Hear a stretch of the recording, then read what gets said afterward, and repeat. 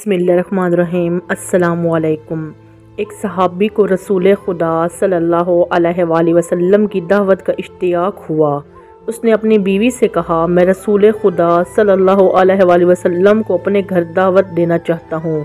ये हमारे लिए बड़ी सहादत है। बीवी ने कहा, ज़रूर दावत दें।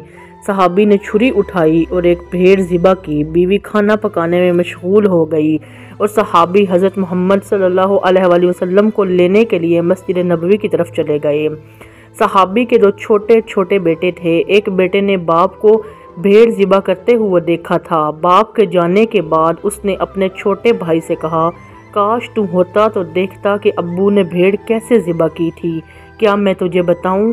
छोटे भाई ने जवाब दिया, हाँ हाँ ज़रूर दिखाओ। बड़े भाई ने छुरी उठाई और छोटे भाई की गर्दन पर चला दी और उसकी गर्दन काट दी। जब बच्चे की चीखें माँ के कानों में पड़ी तो उसने बेटे को डांट कर कहा, तूने क्या कर दिया? बड़ा बेटा माँ की मार से बचने के लिए छत पर दौड़ा और छत से गिरकर मर गया। जब माँ ने दोनों बच्चों की लाशें देखी तो रोने लगी, मगर उसने इतने बड़े सदमे के बावजूद हज़रत मोहम्मद सल्लल्लाहु अलैहि वसल्लम का खाना पकाने में कोई कोताही न की। उसने बच्चों की लाशें उठाई और दूसरे कमरे में उन्हें रख कर उन पर कपड़ा डाल दिया। कुछ देर बाद उसका शोहर हबीब खुदा को अपने साथ लेकर आया। आप एक कमरे में बैठे। बीवी ने अपने शोहर को बुलाकर सारा माजरा सुनाया। उसने कहा कि दिल पर काबू रखना और नबी अकरम की दावत में कोई खलल न वाक़या होने देना।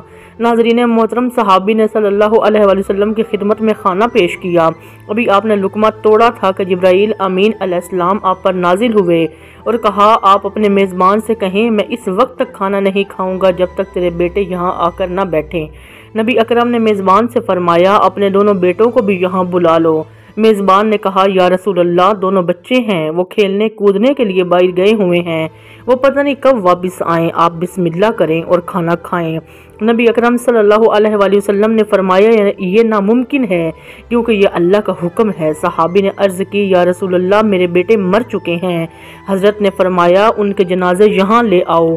सहाबी उठा और दोनों बेटों के जनाजे ले आया। नबी अकरम सल्लल्लाहु अलैहि वसल्लम ने दुआ पढ़ी और खुदा से उनकी ज़िंदगी की दरख्वास्त की। अल्लाह ने आपकी दुआ कबूल की और बच्चे ज़िंदा हो गए और उठे ही थे कि आपने उन्हें दस्तरख्वान पर अपने साथ बिठाया।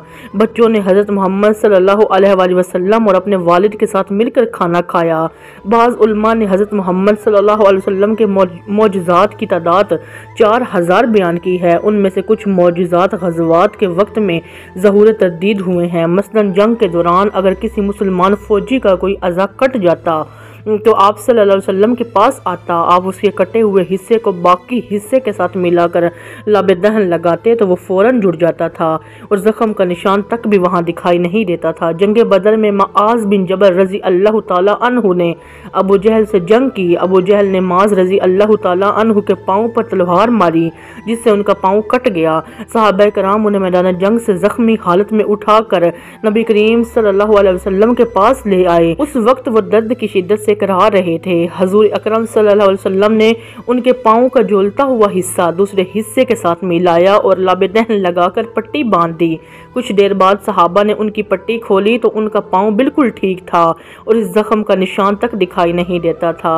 जंग खैबर के किलों को फतह करना मुसलमानों के लिए चैलेंज बन चुका था। मुसलमान जब भी हमला करते तो यहूदी सख्त मुकाबला करते और इस्लामी लश्कर नाकाम होकर वापस आ जाता। एक किले के पहलवान का नाम मरहब था। वो बड़ा ताकतवर पहलवान था। जब वो मुसलमानों के मुकाबले पर आता तो मुसलमान उसके सामने ठहर न पाते थे। रसूल खुदा सल्लल्लाहु अलैहि वसल्लम ने ऐलान किया, कल मैं अलम उस मर्द को दूंगा जो खुदा और उसके रसूल का मुहिब होगा, खुदा और उसके रसूल का महबूब होगा। वो जमकर हमला करने वाला होगा, भागने वाला न होगा। अल्लाह उसके हाथों पर अपनी मदद नाजिल करेगा। सुबह हुई तो आप सल्लल्लाहु अलैहि वसल्लम ने फरमाया, अली कहाँ है? सहाबा ने अर्ज़ की, उनकी आंखों में दर्द है और वह आराम कर रहे हैं। आपने फरमाया, उन्हें यहाँ लाओ। हज़रत अली रज़ी अल्लाह ताला अन्हु को हज़रत मोहम्मद सल्लल्लाहु अलैहि वसल्लम की खिदमत में लाया गया। आपने अपनी उंगली से थोड़ा सा लाबे दहन उनकी आंखों पर लगाया तो वो फ़ौरन तंदुरुस्त हो गए और यहूदियों से जंग के लिए उठ खड़े हुए। अमीरुल मोमिनीन ने जंग का नक्शा ही बदल दिया। आपने यहूदी लश्कर को तहस नहस कर दिया और उनके किले के मजबूत दरवाजे को उखेड़ डाला। ان کے قلعے پر قبضہ کر لیا۔ حضرت علی علیہ السلام کا اپنا بیان ہے، اس کے بعد پوری زندگی میری آنکھیں کبھی خراب نہیں ہوئی۔ اور آخر میں حضرت محمد صلی اللہ علیہ وسلم کی تواضع کے چند واقعات بیان کرتے ہیں۔ ایک دفعہ کا واقعہ ہے کہ رسول اکرم صلی اللہ علیہ وآلہ وسلم اپنے چند اصحاب کے ساتھ سفر پر نکلے۔ راستے میں ایک جگہ انہوں نے پڑاؤ کیا۔ ان کے پاس کھانے کے لیے ایک بکری تھی۔ صحابہ میں سے ایک نے کہا میں اسے ذبح کروں گا، دوسرے نے کہا میں اس کی کھال اتاروں گا، تیسرے نے کہا میں اس کا سالن تیار کروں گا۔ نبی اکرم صلی اللہ علیہ وآلہ وسلم نے فرمایا میں لکڑیاں اکٹھی کروں گا اور آگ جلاؤں گا۔ صحابہ نے عرض کی یا رسول اللہ آپ ہرگز تکلیف نہ کریں، ہم خود ہی جمع کریں گے اور آگ جلائیں گے، آپ آرام سے بیٹھے رہیں اور تمام کام ہم پر چھوڑ دیں۔ نبی اکرم صلی اللہ علیہ وسلم نے فرمایا میں تم پر اپنے لیے کوئی برتری اور فوقیت پیدا نہیں کرنا چاہتا اور میں کسی پر بوجھ بننا پسند نہیں کرتا۔ اللہ کو وہ بندہ ناپسند ہے جو دوسروں پر بوجھ بنا ہوا ہو۔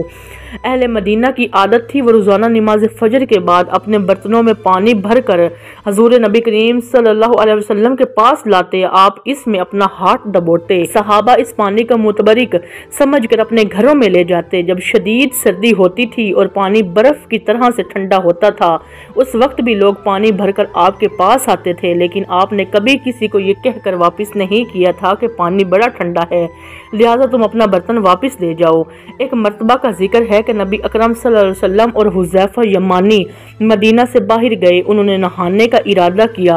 جناب حذیفہ نے ایک کپڑا تان کر نبی اکرم صلی اللہ علیہ وسلم کے لیے پردہ بنایا اور اس پردے کی اوٹ میں حضور نے غسل کیا۔ جب آپ غسل کر چکے تو آپ نے وہی کپڑا پکڑا اور اسے تان کر فرمایا حذیفہ اب تم نہاؤ، میں تمہارے لیے پردہ بناؤں۔ حضرت حذیفہ نے بہت سی معذرت کی اور کہا آپ پر میرے والدین قربان جائیں، آپ زحمت نہ کریں، لیکن ان کی معذرت کے باوجود پیغمبر اکرم صلی اللہ علیہ وآلہ وسلم نے اپنے رفیق سفر کی خدمت پر اصرار کرتے ہوئے فرمایا جب دو شخص رفیق سفر ہوں تو ان میں سے اللہ کو وہ شخص زیادہ پیارا ہوتا ہے جو اپنے ساتھی سے زیادہ محبت کرتا ہے اور اس کی خدمت کرتا ہے۔ روایات میں مذکور ہے کہ ایک کنیز نے رسول خدا صلی اللہ علیہ وآلہ وسلم سے عرض کی کہ میرا مالک مجھ سے بدسلوکی سے پیش آتا ہے، لہٰذا آپ میرے ساتھ چلیں اور اس سے کہیں کہ وہ مجھ سے بدسلوکی کا رویہ نہ رکھے۔